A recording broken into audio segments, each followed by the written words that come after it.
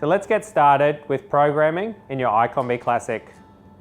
Creating programs in your iCombi Classic allows you to get further and greater consistency with all team members using the same recipe for the same menu items. To begin creating programs, we can select from our menu item on the bottom right-hand side, and then we're given at the top our programming function key. So we'll start by selecting that programming function, and in this case, we can see our recipes that are currently saved, and we can begin to add new recipes in. Okay, so to do that, we'll see the plus key where we'll start, and we can begin by naming our recipe.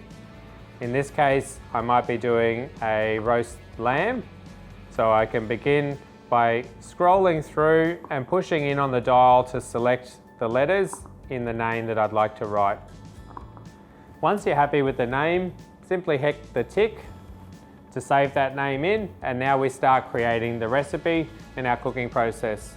So I might begin by using our hot air mode for searing, so at a high temperature, 220 for the first 15 minutes. If I'm happy with that, I hit the tick on the bottom right hand side, and that's my first step saved. If I have additional steps, I can use the icon with the plus key again to add those further steps.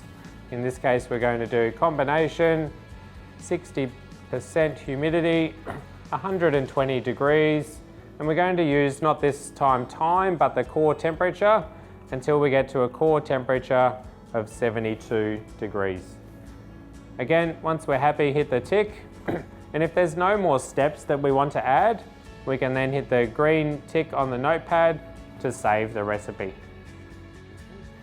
When we're in this recipe screen, we can just use the dial, scrolling down and then pushing in on each item to start that program. We can also, in our programming screen, you can see on the right hand side, we can adjust the level of the program. So once I scroll down to the lamb, if I wanted to adjust where it is, simply select the level key and move that lamb to the top if that's my new favorite recipe. You also have additional functions where you can edit recipes and also delete recipes.